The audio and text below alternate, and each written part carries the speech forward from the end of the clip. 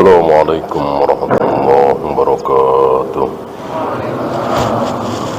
Innal hamdalillah nahmaduhu wa nasta'inuhu wa nastaghfiruh wa na'udzu billahi min shururi anfusina wa min sayyiati a'malina. Man yahdihillahu fala mudilla lahu wa man yudlil fala hadiya lahu.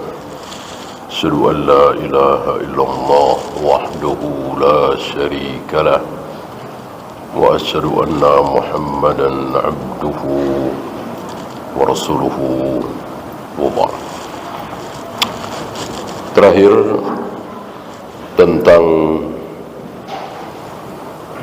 72 aliran sesat itu secara garis besar dibagi dua. Yang pertama muncul karena kebodohan, niatnya baik, ikhlas, tidak ada niat jahat. Yang kedua muncul karena niat yang jahat.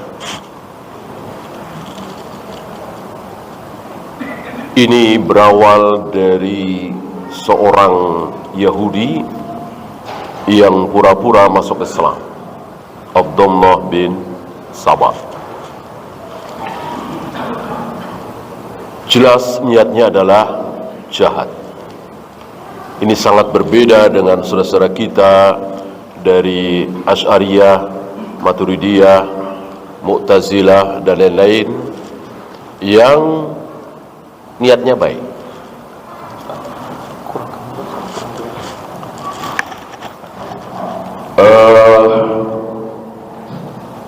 Niatnya baik tetapi bodoh, jahil. Akhirnya apa?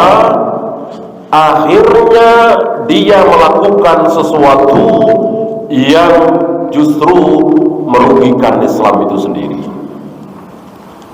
Kemarin kita bahas bagaimana orang yang mengarang sabda Nabi. Kenapa? Karena prihatin kaum muslimin meninggalkan Al-Quran. Berarti kan keprihatinan yang bagus, ya. Tetapi tidak didasari ilmu. Maka dia mengarang-arang sabda Nabi alaihi salatu wassalam bahwa Al-Quran itu dari mulai Al-Fatihah keutamaannya begini-begini, Al-Baqarah keutamaannya begini-begini, Ali Imran keutamaannya begini-begini, An-Nisa sampai akhir. Ini bukan dari Nabi sallallahu alaihi wasallam, tapi dari orang yang prihatin. Kenapa kaum muslimin meninggalkan Al-Quran? Lebih sibuk dengan tulisan-tulisan Sufyan bin Uyainah, Sufyan Az-Zawri, Al-Auza'i dan seterusnya. Berangkat dari kebodohan. Tentu dua-duanya buruk, dua-duanya harus kita dakwai, dua-duanya tentu sangat berbahaya terhadap kaum muslimin. Ya, kita lanjut yang ke-10. Wa'alam rahimakallah, ketahuilah semoga Allah merahmatimu, annahu la yatimmu islamu abdi, bahwa tidak akan sempurna Islam seorang hamba. Islam tidak sempurna berarti kafir? Tidak. Iman tidak sempurna berarti kafir? Tidak. Kita jangan seperti orang Khawarij. Orang Khawarij bilang kafir. Iman itu, Islam itu harus sempurna. Kalau tidak sempurna, kafir. Ini versi Khawarij. Sempurna itu bagaimana? Setelah syahadat, sholat, puasa, zakat, haji, jauh dari zina, khamar, judi. Sekali minum khamar, kafir katanya. Sekali berjudi kafir, bahkan sekali bohong kafir. Ini iman versi Khawarij, bukan yang dikehendaki oleh Allah dan Rasulnya. Allah dan Rasulnya menjelaskan kepada kaum muslimin bahwa iman itu ada yang sempurna, ada yang tidak. Sebagaimana kemarin, manusia itu ada yang sempurna, ada yang tidak. Yang sempurna memiliki 2 telinga, 2 mata, 2 kaki, 2 tangan, dan seterusnya. Ketika kaki cuma 1, tangan cuma 1, apakah masih manusia? Tentu masih manusia yang tidak sempurna. Tidak mungkin kita katakan si fulan ini bukan manusia karena tangannya cuma 1, kakinya cuma 1, matanya cuma 1, buta sebelah misalnya. Khawarij begitu. Bodohnya orang-orang Khawarij begitu. Jadi kalau tidak sempurna berarti kafir. Ya.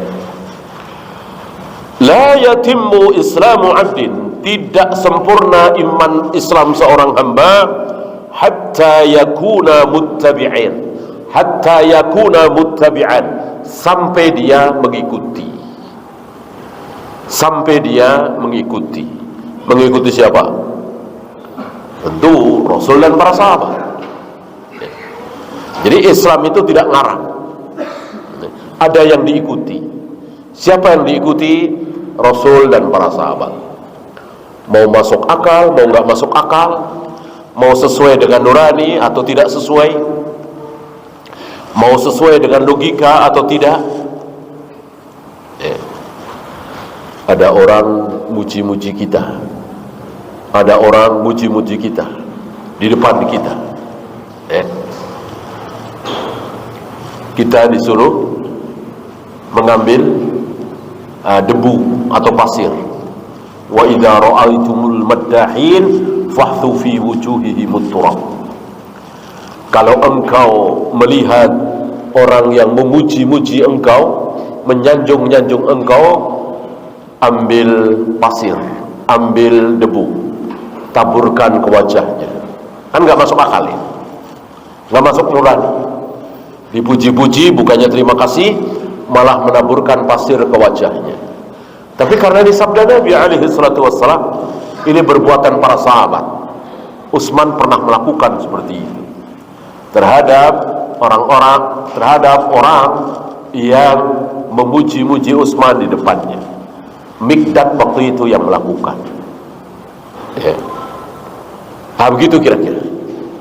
Tidak masuk akal, tidak masuk nurani, tapi ini dilakukan oleh Rasul dan para sahabat. Ikuti, ikuti. Memang Islam itu seperti itu, ikut, ikut, bukan ngarang. Jadi ada pendahulu kita.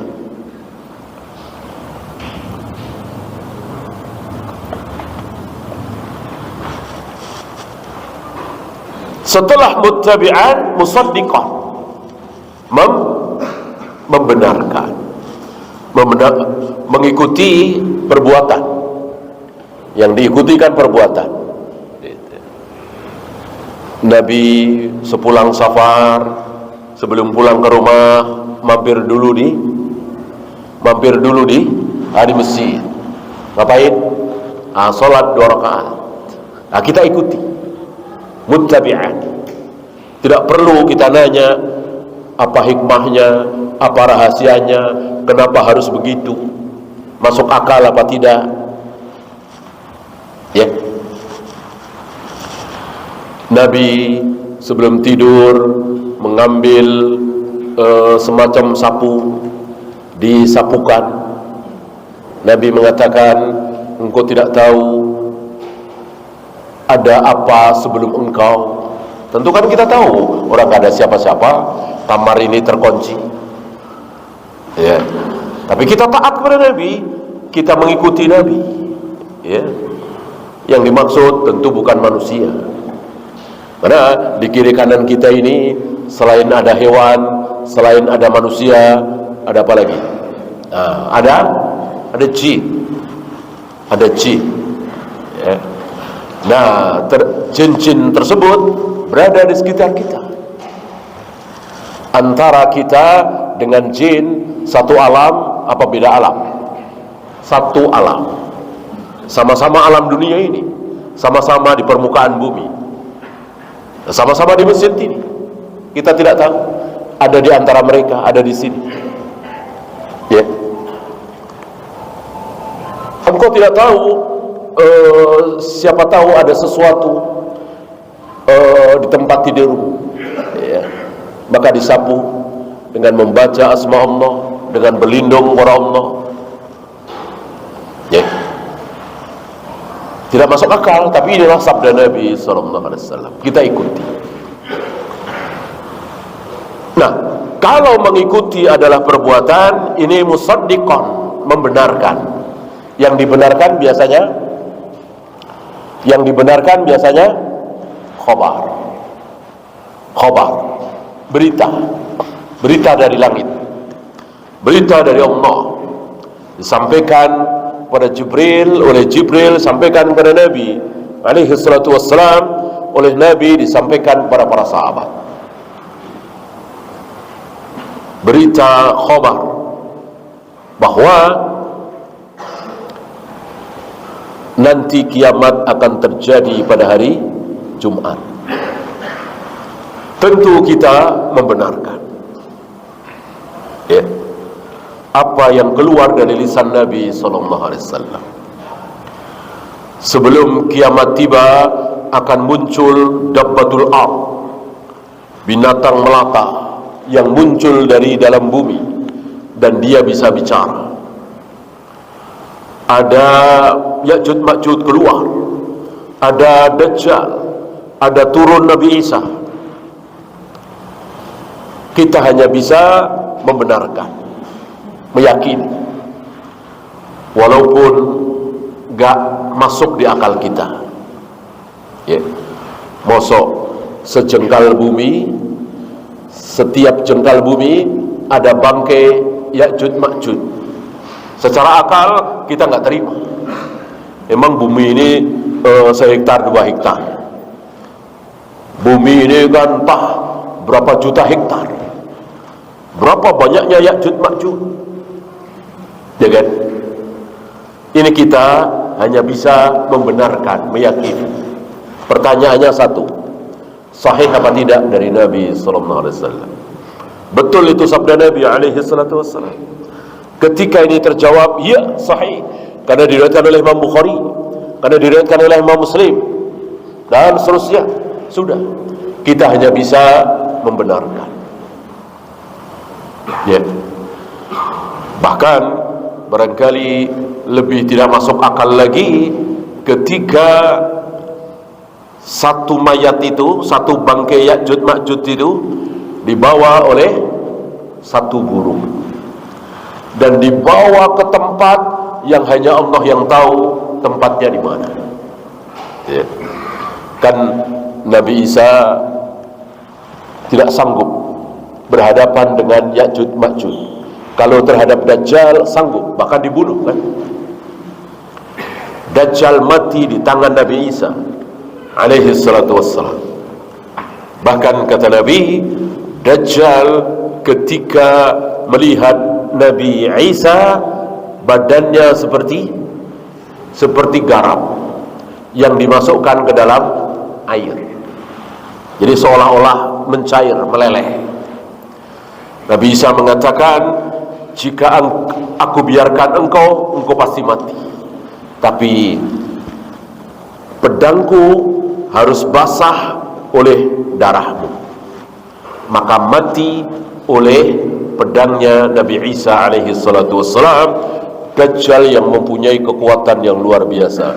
Dan dua-duanya Al-Masih. Al-Masihud Dajjal, Al-Masih Isa bin Maryam.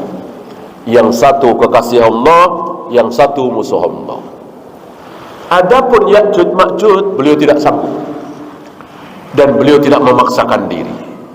Beliau bersama kaum muslimin menyelamatkan diri di puncak sebuah gunung, entah berapa lama, mana bumi penuh dengan Ya'juj Ma'juj. Akhirnya Allah matikan, sehingga hampir dalam satu waktu, ya.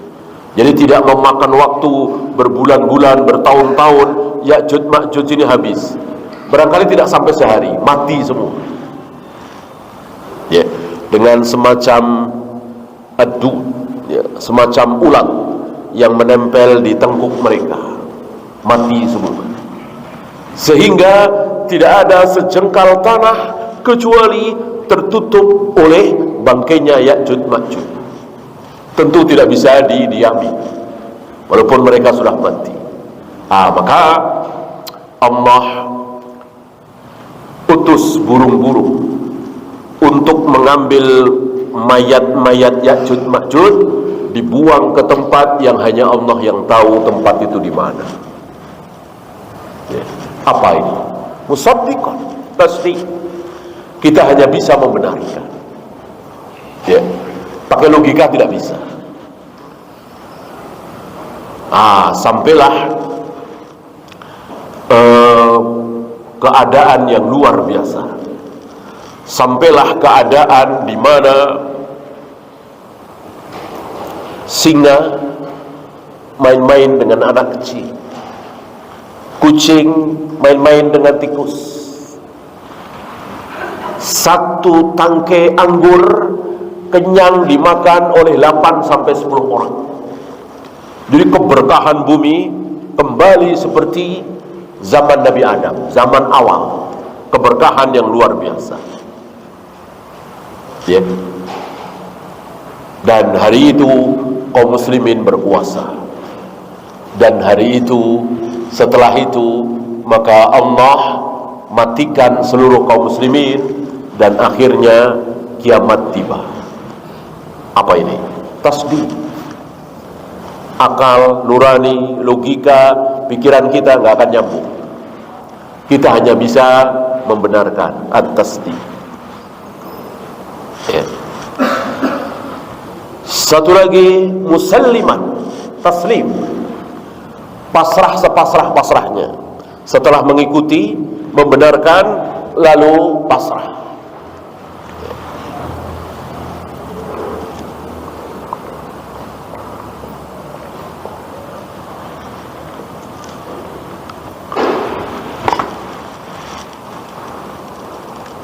Ada seorang wanita miskin, anaknya banyak. Tibalah saat pembagian waris. Abangnya kaya raya, sekandung gitu ya, satu ayah satu ibu. Abangnya kaya raya, anaknya cuman 2 misalnya. Tibalah saat pembagian waris. Setelah dihitung-hitung, abangnya dapat 100 juta misalnya. Maka adiknya yang perempuan dapat berapa? 50 juta. Padahal dia miskin, padahal anaknya banyak. Inilah taslim. Dia harus pasrah di sini. Dia harus taslim di sini. Dia harus rela. Ya. Karena Allah tidak mungkin salah mengatakan walir rijali mithlu hadzil unsayain, bahwa bagian waris laki-laki itu 2 kali lipat dari perempuan. Tidak mungkin Allah salah. Oleh karena itu, yang merasa sedang diuji, kan diuji ini. Bisa saja dia mengatakan, kan gak adil nih, udah laki-laki, punya kerjaan, punya penghasilan, kaya, malah dapat 100 juta. Saya yang perempuan, tidak punya penghasilan, anak banyak, miskin, malah 50 juta. Itu kira-kira taslim, betul-betul pasrah, ya.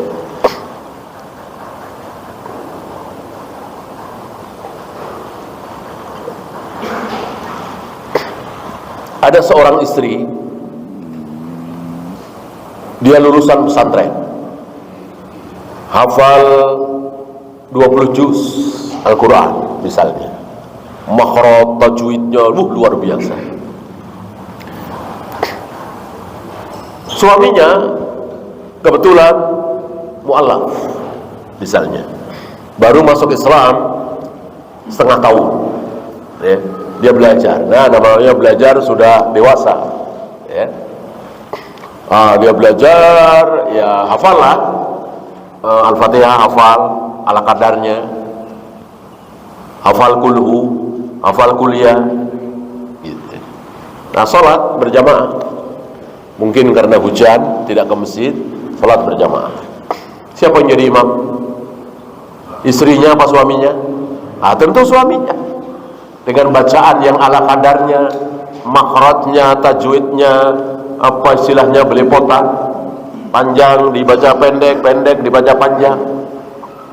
Sementara makmumnya istrinya 7 tahun di pesantren, hafal 20 juz, makhrajnya luar biasa, bahasa Arab dan seterusnya. Apa ini? Taslim. Bolehkah si istri ini mengatakan, kan nggak ada orang nih bang, nggak ada orang, nggak ada yang lihat, udah saya aja di imam ya. Abang kan bacanya tahu sendiri, ya kan? Kan nggak ada orang, nggak ada yang lihat ini. Sahkah? Tidak sah. Bolehkah? Tidak boleh. Allah telah bikin aturan. Bolehkah aturan ini dirubah? Tidak boleh. Walaupun masuk akal, iya kan? Ya apa bedanya ini, suaranya bagus, udah begitu nggak menimbulkan fitnah, orang nggak ada orang, cuma berdua, mungkin sama anak-anaknya. Apa salahnya? Si wanita jadi imam, suaranya bagus, makhrajnya, tajwidnya dan seterusnya. Tidak bisa. Berarti dia tidak taslim. Dia harus taslim, walaupun aneh, walaupun tidak masuk akal, walaupun tidak sesuai dengan keadaan. Inilah taslim. Nah, kalau sudah muttabi'an, musaddiqan, musalliman, taslim, tasdiq, ittiba', insyaallah sempurna Islam kita. Ya. Karena banyak dari kita tergoda. Oh, itu kan dulu. Oh, itu kan 1400 tahun yang lalu. Itu kan zaman unta. Itu kan dulu waktu belum modern. Itu kan dulu waktu belum ditemukan pesawat, kereta dan seterusnya. Sekarang sudah sini Singapura cuman 1 jam. Mosok masih ada kosor segala. Itu namanya tidak taslim. Ya. Dari sini ke Malaysia paling 1 jam lebih dikit. Mosok kemudian jadi boleh berbuka ketika Ramadan. Mosok 4 rakaat jadi 2 rakaat. Kalau dulu iya naik kuda segala macam. Nah, ini tidak taslim. Ya. Kan tidak ada bedanya antara dulu dengan sekarang. Sama-sama safar. Faman za'ama annahu qad baqiya syai'un min amril islami lam yakfunahu ashabu Muhammadin sallallahu alaihi wasallam faqad kazzabahu. Barang siapa yang beranggapan bahwa ada sesuatu yang belum cukup kalau hanya mencontoh para sahabat, ya. Kan para sahabat ini nggak tahu teknologi, para sahabat nggak tahu perkembangan-perkembangan. Ya. Apa iya kita harus mencontoh para sahabat? Pikiran seperti ini, faqad kazzabahu. Berarti dia mendustakan sahabat itu. Tidak terima dengan wahyu bahwa para sahabat adalah manusia-manusia terbaik, manusia-manusia termulia, manusia-manusia yang paling benar, dijamin ridha, dijamin ampun, dijamin surga. Tidak mungkin manusia-manusia seperti ini tidak kita ikuti hanya gara-gara kita merasa lebih canggih dari para sahabat, lebih modern dari para sahabat, ya. Lebih tahu tentang dunia ini dari para sahabat. Tentang dunia iya, tentang agama tidak, ya.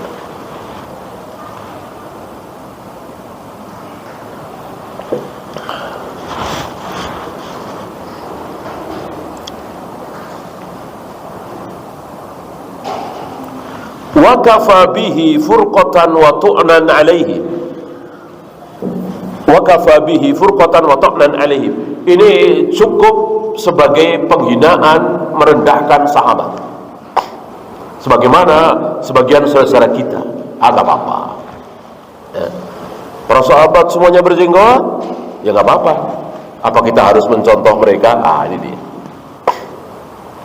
Para sahabat semuanya yang laki-laki sholat berjamaah di masjid, ya nggak apa-apa. Kita di rumah, yang penting sholat. Ya. Ini sudah cukup dianggap meremehkan sahabat, menghina sahabat. Ya. Sahabat sekali ke Mekah, umroh 1 kali. Ya sahabat, ya kita nggak masalah. 2 kali, 3 kali, kan 2 kali, 3 kali, 4 kali lebih baik daripada 1 kali. Ini pun menghina sahabat. Kalau umroh berkali-kali, ketika kita datang ke Mekah seminggu misalnya, 4 hari misalnya, umroh berkali-kali itu bagus, baik, boleh, sunnah, berpahala, pasti sudah dilakukan oleh para sahabat. Laukana khairan nasabakuna ilaihi.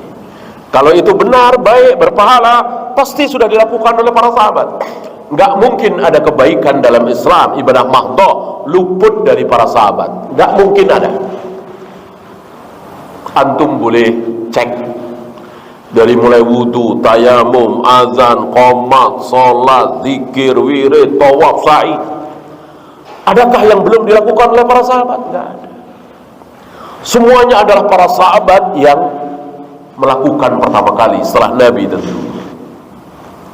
Ya. Kalau mencium Hajar Aswad tanpa tawaf itu boleh, benar, berpahala, tentu para sahabat yang pertama kali melakukan. Nggak ada riwayat. Para sahabat dan Nabi tentunya mencium Hajar Aswad tanpa tawaf, sebagaimana yang dilakukan oleh sebagian saudara-saudara kita. Masuk Masjidil Haram, melihat sekitar Ka'bah, kebetulan agak sepi, dia langsung menuju ke Hajar Aswad, mencium, udah dapat, langsung nyender di tiang. Ini bukan dapat pahala, malah dapat dosa. Karena sekali lagi, mencium Hajar Aswad itu harus di sela-sela tawaf, gitu ya.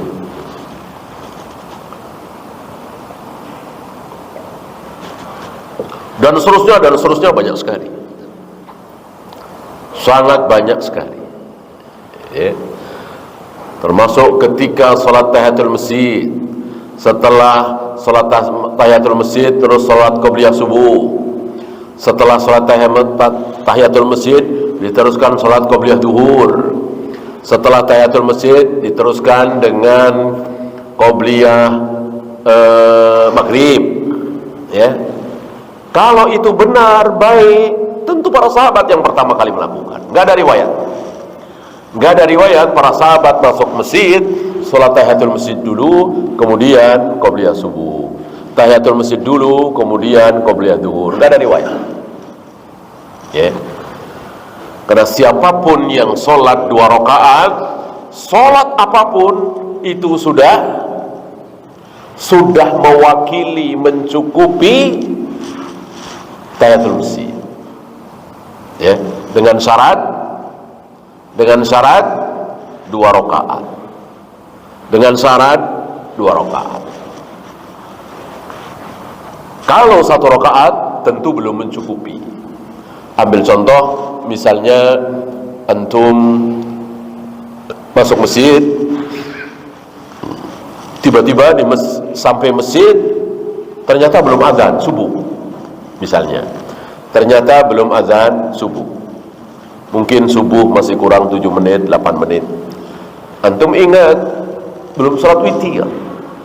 Tahajud sudah dapat 6 misalnya, atau 4 misalnya, belum sholat witir. Nah, antum langsung di masjid itu sholat witir 1 rakaat. Salat witir 1 rakaat. Ya. Salat witir kan boleh 1, boleh 3, boleh 5 kan. Antum salat witir 1 rakaat. Apakah ini sudah mencukupi tahiyatul masjid? Belum, karena baru 1 rakaat. Ya. Kalau 2 rakaat, apapun salat itu, mau salat tahajud, mau salat qobliyah subuh, mau salat qobliyah zuhur, mau salat sunat wudu, mau salat apapun, asal 2 rakaat, maka itu sudah mewakili salat tahiyatul masjid. Ya. Jadi tidak benar kalau dikatakan apapun yang terjadi disunahkan ketika masuk masjid salat tahiyatul masjid 2 rakaat. Tidak benar. Tidak benar. Mana dalil yang sangat gamblang, tegas? Rasulullah alaihi salatu wassalam. Rasulullah alaihi salatu wassalam masuk masjid minimal 5 kali sehari. Ya kan? Ngapain? Ngimamin sholat. Kan begitu. Rasulullah masuk masjid 5 kali dalam 24 jam untuk ngimamin sholat. Adakah riwayat ketika Nabi sebelum jadi imam sholat dulu tahiyatul masjid? Ada riwayat? Tidak ada. Tidak ada. Wahai Bilal, jangan komat dulu, aku mau sholat dulu tahiyatul masjid 2 rakaat. Nggak ada. Nggak ada. Ya. Kenapa? Karena Nabi masuk masjid langsung sholat.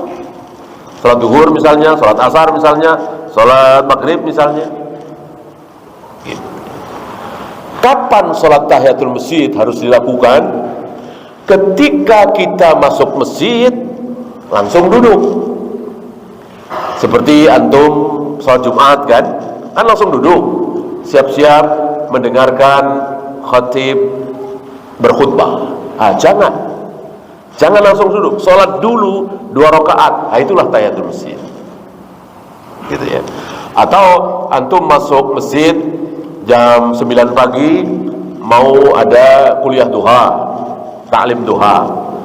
Taklim tentu langsung duduk dengerin taklim kan? Jangan, sholat 2 rakaat dulu, sholat tahiyatul masjid. Gitu. Adapun antum masuk masjid langsung sholat duhur, langsung sholat asar, langsung sholat qobliyah subuh, qobliyah duhur, perlukah sholat tahiyatul masjid? Tidak perlu. Tidak perlu. Dari mana kesimpulan ini? Dari para sahabat. Dari para sahabat bersama Nabi SAW tidak pernah seperti itu. Gitu. Jadi apapun ayat yang kita baca, hadis yang kita baca, prakteknya, pemahamannya ikut para sahabat. Bukan satu ayat kita baca, kita fahami sendiri, lalu kita amalkan sendiri begini. Semuanya prakteknya adalah para sahabat. Fabihudahu muqtadi. Dengan petunjuk mereka, ikutilah petunjuk itu. Perintah langsung dari Allah kepada kita semua. Siapa mereka ini? Para sahabat.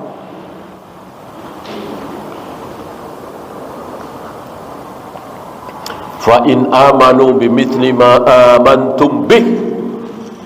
Jika mereka manusia itu beriman sebagaimana iman kalian. Siapa kalian di sini? Para sahabat. Faqad ihtadaw. Berarti mereka dapat hidayah. Berarti mereka benar. Kalau iman mereka mengikuti iman kalian, wahai para sahabat. Salat mereka mengikuti salat kalian. Saum mereka mengikuti saum kalian, dan seterusnya. Ya.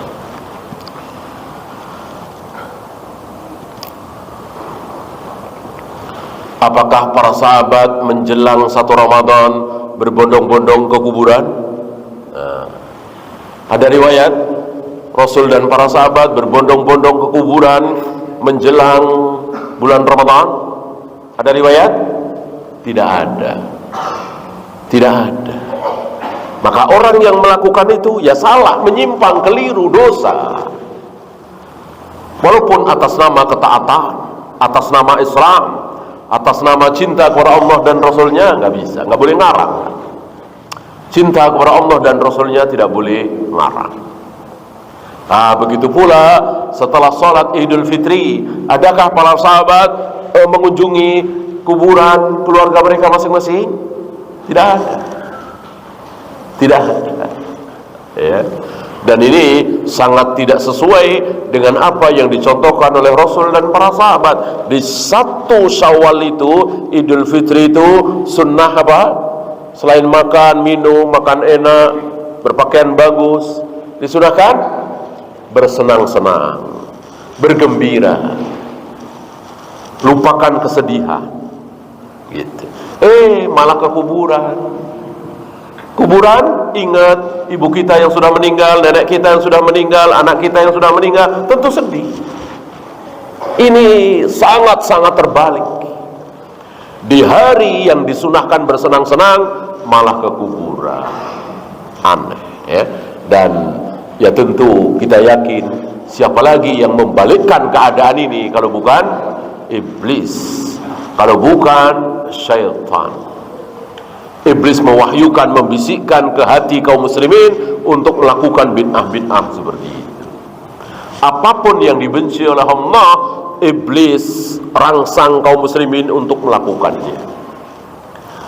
Apapun yang disukai oleh Allah, iblis halang-halangi manusia untuk melakukannya. Terus seperti itu.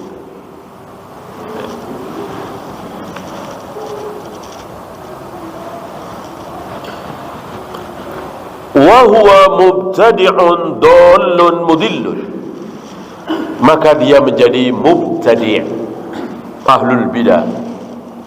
Ahlul bidah diawali dari apa? Tadi tidak mau mengikuti para sahabat, tidak mau membenarkan apa yang diyakini oleh Rasul dan para sahabat, tidak mau taslim. Biasanya sesuatu yang berhubungan dengan kepentingan, sholat masih mau, pakai jilbab masih mau, karena nggak mengganggu kepentingan, ya kan? Puasa mau, baca Al-Quran mau. Begitu pembagian waris, ini masalah harta, kepentingan, dia tidak mau. Udah bagi rata saja, laki perempuan sama-sama anak, sama-sama keluar dari rahim yang sama, dari air mani yang sama. Kenapa mesti dibedakan? Cuman gara-gara perbedaan jenis kelamin. Itu pun bukan maunya dia, kan? Di mana keadilan Allah? Gitu. Tidak taslim. Dan ini sebagaimana disabdakan oleh Nabi alaihi salatu wassalam, yang pertama kali hilang dari kaum muslimin.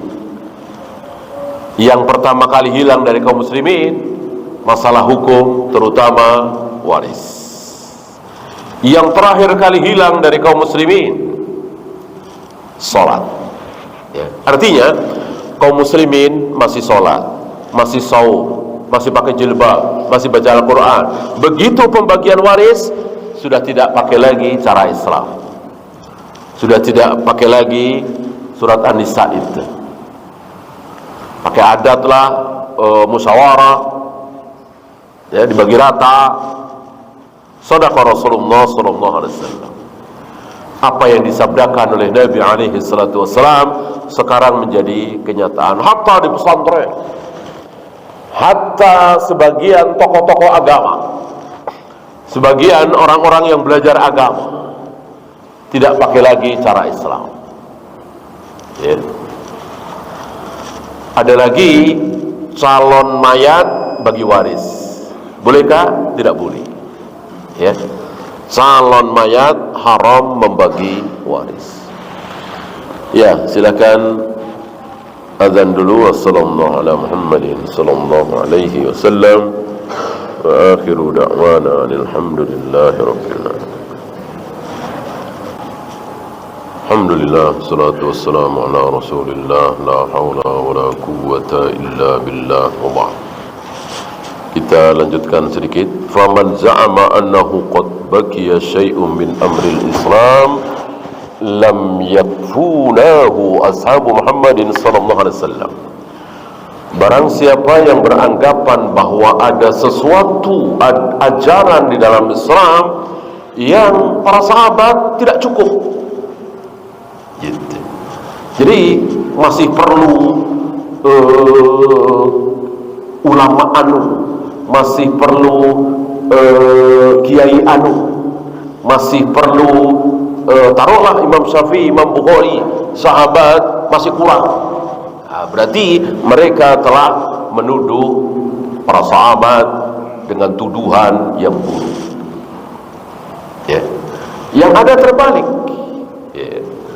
Ketika kita tidak tahu bagaimana para sahabat berhari raya, misalnya, kita perlu Imam Syafi'i, kita perlu Imam Bukhari untuk menjelaskan kepada kita para sahabat seperti itu. Paham ya? Maka ketika kita tahu sahabat seperti itu, taruhlah misalnya dari Imam Malik di Al-Muwatta, bahwa para sahabat mengawali Ramadan dengan cara melihat hilal misalnya. Perlukah kita dengan pendapatnya si A, si B, si C, bagaimana caranya mengawali satu Ramadan? Ya. Ini yang tidak perlu. Ya. Jadi ketika antum tahu bahwa para sahabat seperti itu, seperti tadilah ya, antum yakin dengan ilmu yang antum pelajari bahwa para sahabat tidak ada yang mencium Hajar Aswad di luar tawaf, ya, antum tahu nih, maka antum tidak perlu lagi menanyakan kepada si A, si B, si C. Seandainya Imam Syafi'i berkata boleh, ya tentu jangan dianggap. Kan tidak mungkin Imam Syafi'i mengalahkan para sahabat. Tidak mungkin Imam Bukhari mengalahkan para sahabat. Ya, justru Imam Syafi'i mati-matian, Imam Bukhari mati-matian, Imam Muslim, Abu Dawud, Nasai, Tirmidzi mati-matian. Untuk apa? Untuk mengulas para sahabat, membongkar para sahabat, cara sholat mereka gimana, cara tawaf mereka gimana, cara sa'i mereka gimana. Antum bisa lihat di Bukhari, Muslim, Abu Dawud, Nasai, Tirmidzi penuh dengan perbuatan sahabat. Antum jangan mengira bahwa di Bukhari, Muslim, Abu Dawud istrinya cuma sabda Nabi. Enggak. Antum masih ingat ketika Ali bin Abi Thalib sepulang dari safar, tempat tinggal beliau kota Kufah. Beliau kan ibu kotanya bukan di Madinah tapi pindah ke Kufah, ya. Kufah sudah kelihatan, kota Kufah sudah kelihatan, ya, berarti tinggal mungkin berapa kilo lagi, mungkin 10 kilo atau 9 kilo, ya. Tapi sholat masih di kosong. Ini ada di Bukhari, nggak ada sabda Nabi di situ. Ya, ini Ali bin Abi Thalib, Nabi, Abu Bakar, Umar, Utsman sudah wafat. Ditulis oleh Imam Bukhari.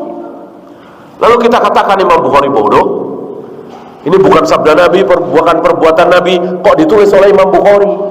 Ini menunjukkan Imam Bukhari, Muslim, Abu Dawud, Nasai, Tirmidzi dan seluruh imam-imam ahlul hadis itu menjadikan perbuatan sahabat, ucapan sahabat menjadi pedoman hukum, patokan hukum. Bukan cuma Nabi SAW yang paling tahu tentang Nabi, ya para sahabat, siapa lagi? Dan kita tidak boleh suudzon kepada para sahabat, oh hafalannya kacau, oh nggak mencontoh Nabi, oh suka-suka sendiri. Haram kita menuduh mereka. Orang dijamin surga, dijamin ridho, dijamin ampun, mosok suka-suka sendiri, ngarang sendiri, tidak mengikuti Nabi SAW. Pasti mereka tidak berani tidak mengikuti Nabi SAW.